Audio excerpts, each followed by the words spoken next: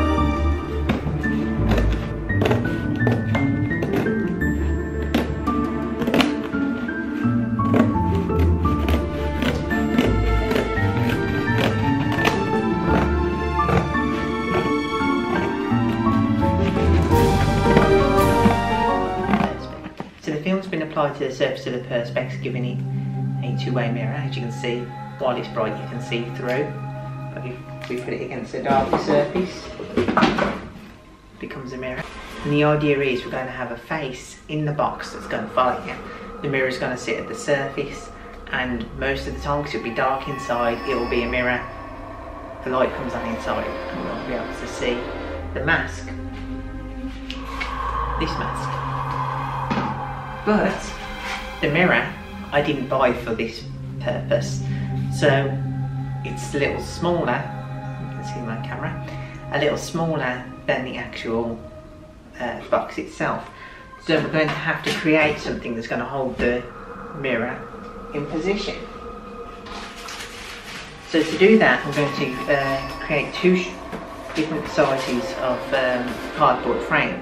One frame around the outside to create the actual frame for the mirror. Another frame on the inside of that that's going to serve two purposes. Firstly, to sit flush against the inside of the box so that no light can get in. We can remove the frame, adjust the mask and the lights inside, put the frame back in and it will sit flush. The other purpose is to sit flush against the mirror inside, and we'll put a bit of tape over the corner to hold it in so it's removable, use mirror in other projects. So we're going to have to cut out from the cardboard two different frames, one larger, one smaller, one that we actually see, one that's hidden on the inside. And then we're going to put that on the surface of the box and then decorate it all to make it look like a haunted mirror.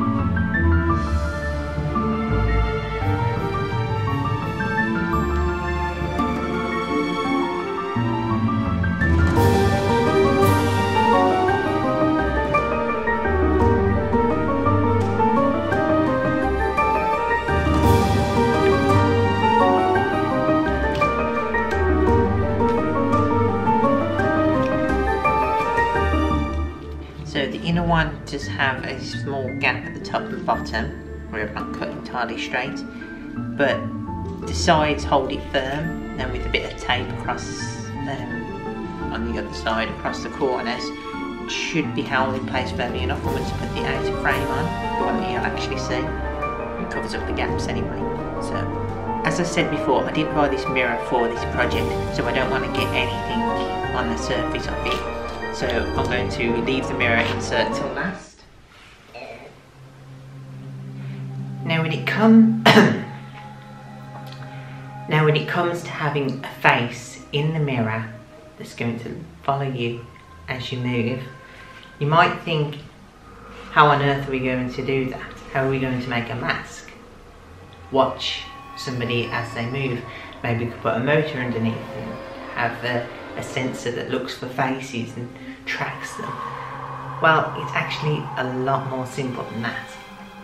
The human brain has amazing processing capacity, but that's still limited, and there's a lot we need to do to function in the world. So it does these things called heuristics, basically rules of thumb, where it generally assumes certain things are going to be the case and extrapolates from it. For instance, whenever it sees things that look like a face, it assumes it is a face. When it sees something that has a nose and eyes and a mouth, assume it's a face, and a face always projects outwards from whatever surface it is. The result of that is often, when people look at a hollow mask, this is the inside, sometimes they see that hollow face as being projected outwards, simply because that's the way we expect faces to look. Another heuristic that the human brain follows is that light always comes from above. So we always assume when we see a shadow on something, the source of light is coming from above, so we assume that a face is always going to have light at the top and shadow underneath. We can exploit this in conjunction with the hollow mask illusion. If we shine a light from underneath the mask and have the mask itself in a darkened area so there's no other shadows to give reference, our brains will tend to see the face as pointing outwards, but also as you move around the face, the proportion of the mask that you see in shadow will change. And the result of that change in shadow is that the mask will look like it's tilted and it's always facing you. Allow me to demonstrate with the setup I've just put together. Here, what I've set up here are two masks with a strip of LED lights in front. Now this is suboptimal because you can see the shadow behind, so its obvious light source is below. But your brain will try and see these faces as pointing outwards. But you can see from the shadow and the fact that the light source is below that they're actually in, because the bottom of the nose is in shadow. And the only way for that to happen with the light source below is if the nose is pointing inwards rather than outwards. And because the shadows are a reference point, as we move around the masks, the shadows move and our brain interprets that as the face moving. So we can exploit that in our build.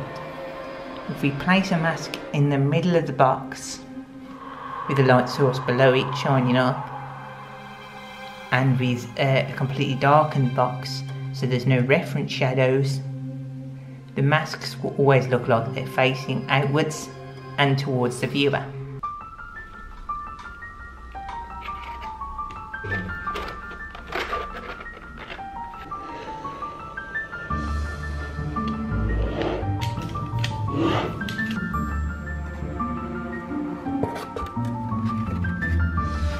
And what we want to do now is apply newspaper with a mix of PVA and water to the outside of both the frame and the box to give us an easier area to paint on, because painting on cardboard is going to still the corrugation.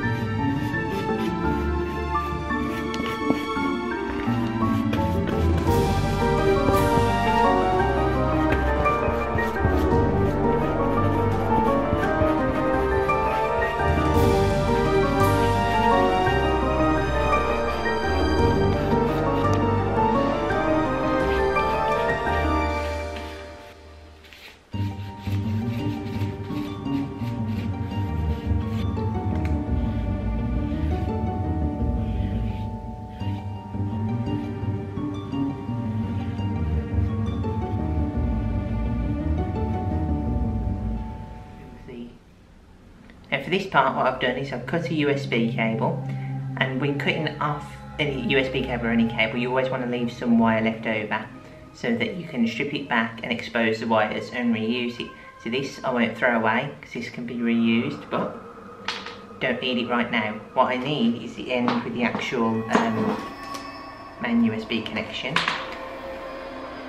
And all I've done is I've cut the wire, stripped it back so I've got enough of the copper exposed, stripped them back at different levels so I can more easily keep separated the black and the red. And then I'm going to solder these onto a USB strip.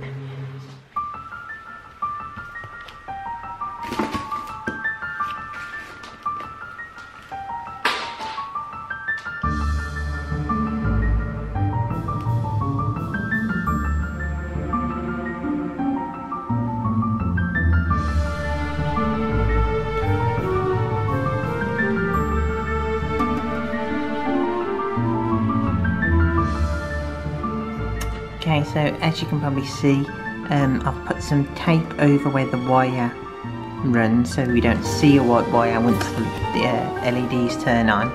And around the back of the box, I've sealed where the wire comes in with some blue tack just so no light passes in and we can maintain the darkness inside so we can't see the mask until we want to see the mask.